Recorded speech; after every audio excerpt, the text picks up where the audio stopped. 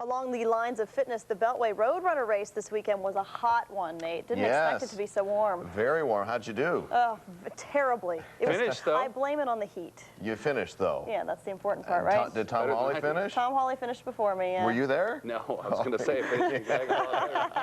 You were finished before you started. I was there in spirit, though. You go. Yeah, I was felt it, behind man. her every Thanks. step along the way. You go, you run. Yesterday, we made the high yesterday 100 degrees in Las Vegas, it was and warm. I feel kind of badly because we talked about the end of triple digits, but apparently I was wrong again. They're bad. Oh, you didn't commit, though. We talked about that. 98 today, maybe 98 tomorrow. Then we're going to try to slow things down.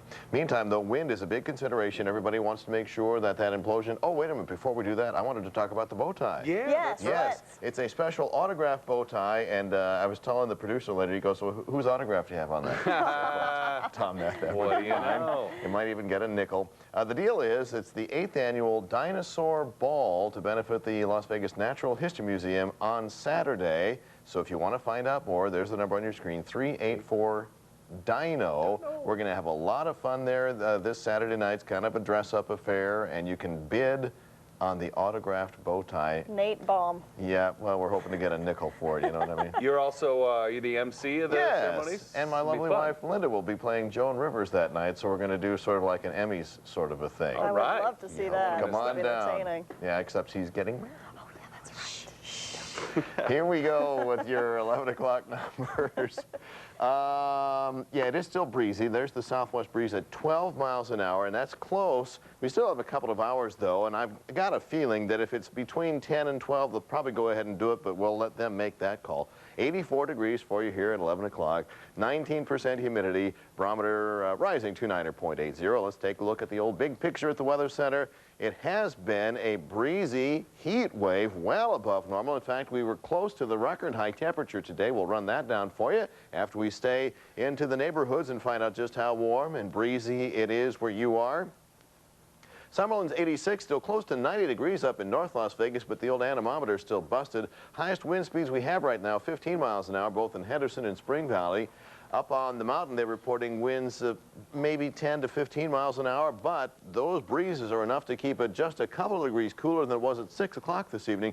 There have been times at 11 o'clock in the past week or so where Mount Charleston was down approaching the 49-degree mark, so that's a warm 63 up on the hill right now. 72 Pahrump, 75 Searchlight, and then 85 down in Laughlin. Meantime, the rest of the southwest, well, the wind isn't helping anything up in Caliente. It's down to 55, 47 Ely, and all of these winds are blowing off the Pacific. We'll show that to you. There was the high of 98, a flip side of the normal high of 89. There's the record 100.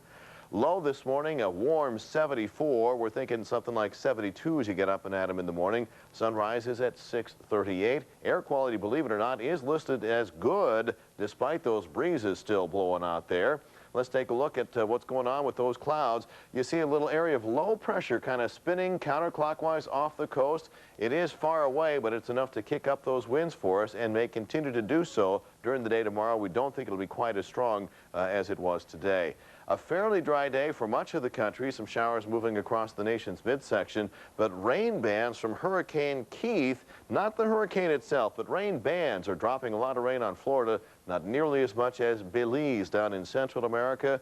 I've heard reports of upwards of 18 inches of rain, over 1.5 feet of rain, and Hurricane Keith is still just sitting there off the coast of Belize, not doing anything except continually pounding those folks with more rain.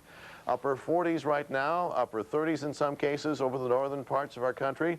Back home for your Natecast will still be around 80 after midnight, so if you're headed out to the implosion in decent weather.